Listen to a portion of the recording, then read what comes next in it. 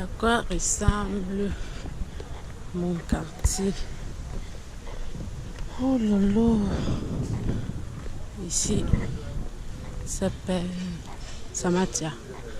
Koja Mustafa Pacha. Je suis en train de marcher vers le tramway pour faire mes achats à Beyazit. Ici, c'est Istanbul, la ville. Et quartier Koja Mustafa Pacha. Et le secteur ici, c'est Samatia. Voilà, c'est une école primaire. Ouf, avec la colline. Voilà, fini la colline.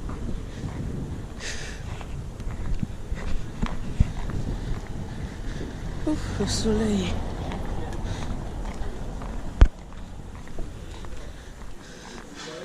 Le soleil. Alors, ici, c'est une ancienne église arménienne.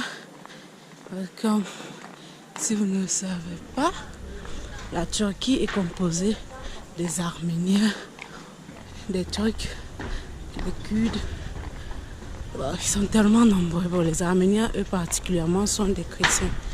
Là, ils sont en train de faire des étalages pour le bazar de demain. Ici, sur cette rue, il y a ce qu'ils appellent bazar chaque samedi. Chaque samedi, ils font des emplettes, donc comme un grand marché, quoi, de vivres frais, un peu de tout, mais à un prix très bas. C'est à côté de chez moi, donc chaque samedi, je suis ici pour profiter des légumes frais et tout au meilleur prix. Ici, c'est un collège protestant, quelque chose comme ça, chrétien au fait, parce que là, c'est pour les Arméniens, Armenian School, un collège. Ouf. À quoi ressemblent les rues? Hello, how are you? C'est la première fois peut-être qu'elle voit une noire. En fait, ici les habitants sont tranquilles, tu les déranges pas, ils te dérangent pas, calme, comme vous voyez, très calme en fait. Ils sont gentils, sociaux, mais si tu touches à un cheveu d'un d'eux, vraiment, on va pas seulement te dire, hein, les Turcs sont connus pour ça. Oh là là, ils sont très violents et ils hurlent pour un petit truc. Ah oui, ils sont comme ça. Mais comme je vous disais tantôt, nous avons laissé derrière nous une ancienne église arménienne. C'est même pas une ancienne parce que c'est toujours ouvrable là chaque dimanche. Ils font des messes. Quand on dit que la Turquie est constituée de 99% de musulmans et à 89% islamiques, 19% islamiques, et à 1% chrétiens. Les 1% là, ce sont les Arméniens qui sont chrétiens et qui parlent turc. Donc parmi les Turcs, quand ils parlent leur langue, vous ne pouvez pas savoir qui est arménien et qui ne l'est pas. Si on ne vous dit vraiment pas que tel et tel, c'est un Arménien, vous n'allez pas savoir. Quand on dit Arménien, ça ne veut pas dire qu'ils viennent de l'Arménie, ils sont venus. Non, c'est depuis la guerre des 100 ans, machin, qu'ils se sont installés ici. Et ils sont devenus des Turcs. Ils ne peuvent plus rentrer chez eux, machin. Bon, au fait, au fil des années, ils sont devenus Turcs, en fait. Donc, ils sont Turcs, ils bénéficient des mêmes lois. Ils ont tout comme des Turcs et tout. Mais bon, ce sont des étrangers. Ouf. Voilà. Et quand on parle de l'islam en Turquie, vraiment, c'est quelque chose de ouf, hein? C'est différent. Déjà, à chaque 100 mètres, il y a une immense et interminable, comme on peut dire, jolie mosquée. Mais croyez-moi, ces mosquées sont toujours vides. Ici à Istanbul en fait. Toujours vide pour dire que le taux de pratique d'islam ici est très très réduit. Très réduit. Mais ils annoncent la prière à chaque heure de prière. Mais croyez-moi, les mosquées sont toujours à moitié vides au fait. Jamais remplies. Et quand il s'agit de fêtes religieuses, c'est 2 semaines de congé. 2 semaines de férié. Ah.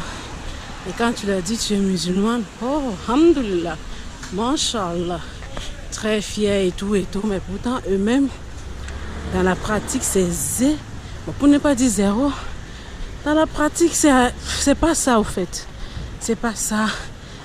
Elle se dénude, elle s'habille très extravagante, des lèche-culs, des machins. Ceux qui pratiquent vraiment sont minables, hein, très minables. Peut-être ici à Istanbul, le taux de pratique d'islam est peut-être maximum à 10%. Hein, pratiqué normalement, comme le veut l'islam, à 10%. Surtout en cette saison de chaleur, vous ne manquerez pas à voir à chaque bout de rue, coin de rue, quelqu'un avec une lèche-cul, un démembré, un jar. Mais bon, je suis essoufflée, mais pas de choix, parce que je vais vous montrer à quoi ressemblent les rues de Istanbul. Comme je vous disais tantôt, je marche parce que les taxis ici c'est pas donné. Tu prends un taxi, même si tu fais 5 secondes à l'intérieur, le compteur c'est de ouf. C'est beaucoup, c'est trop cher. Ici, les moyens de transport plus moins chers sont des bus, des tramways, les métros. Mais vraiment, quand on dit moins cher, moins coûteux, c'est vraiment moins cher. 2 liras, 2 liras 25, 1 lira 75. Et les jours fériés, comme je vous dis, pendant les fêtes, ils ont les 2 semaines de fériés, 3 semaines de fériés. Ou quel que soit le nombre de jours de férié, parfois, le transport est gratuit. Donc tu as ta carte de métro, tu passes, tu l'enfiles, mais ça ne retire pas de l'argent de ta carte, au fait. C'est gratuit, parfois. Et croyez-moi, quand on parle de propriété et tout, la Turquie, c'est un pays propre. Ah oui, vous ne manquerez pas de voir à chaque bout de la rue, à chaque coin de la rue, un bac à ordures, ou bien voir les gens qui entretiennent, balayer de fond en comble.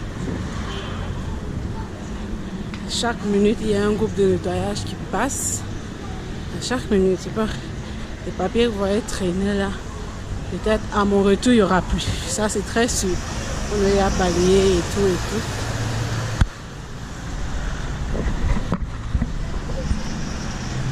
Oh là là. Oh là là. Fatigué, je suis fatiguée. Voilà.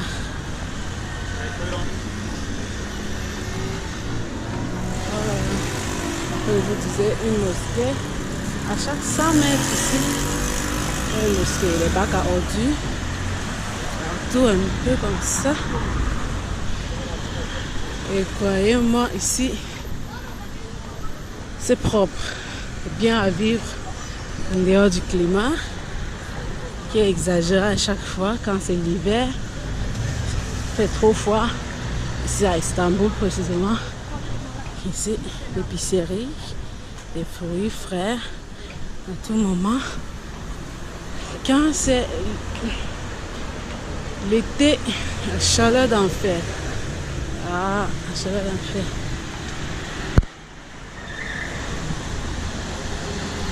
Là, ce sont les rues. Continue à marcher. Et un peu de partout, il y a tous les fast-food. Oh, croyez-moi, la cuisine turque, c'est la bombe. Très bon. Cuisine très bien, des bons plats. Au fait, vous allez aimer, au fait. Vous allez aimer. Si vous venez un jour, là, c'est un taxi VIP. Le bleu. C'est pas donné à n'importe qui. Le taxi bleu, c'est le VIP. Il y a le bleu, qui est le VIP ici à Istanbul. C'est nouvellement sorti. Et ensuite, il y a le jaune pour ce secteur aussi. Il y a le rouge pour un autre secteur d'Istanbul qu'on appelle Beylikdüzü. Bon, bref, il y a les taxis jaunes, les plus moins chers, comme ceux-ci. Alors, je vais traverser. Ouf. Oh là là.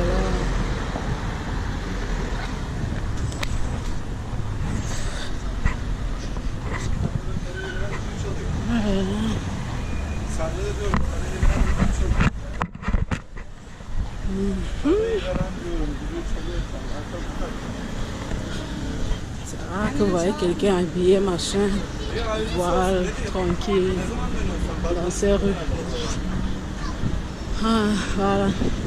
Je suis en train comme ça de marcher vers le grand boulevard qu'on appelle Fındık Sade. C'est là que je vais prendre le tramway.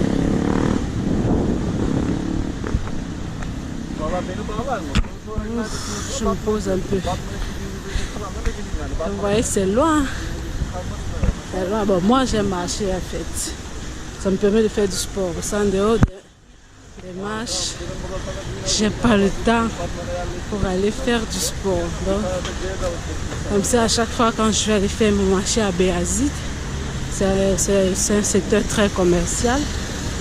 On va en gros. Les détails, c'est là que nous rencontrons des fournisseurs. Quand je vais faire mon marché à Beyazıt, je marche, je profite, je marche jusqu'au tramway. Mais au retour, quand j'ai des bagages, je n'ai pas le choix. Je prends un taxi. Ah oui, je prends un taxi du Fındık Sade, de l'arrêt tramway jusqu'à la maison. Et je paye entre autres 10 liras, qui est sensiblement égal à 1000 francs. Parce qu'un lira, ça danse parfois c'est 100 francs, parfois c'est moins de 100 francs.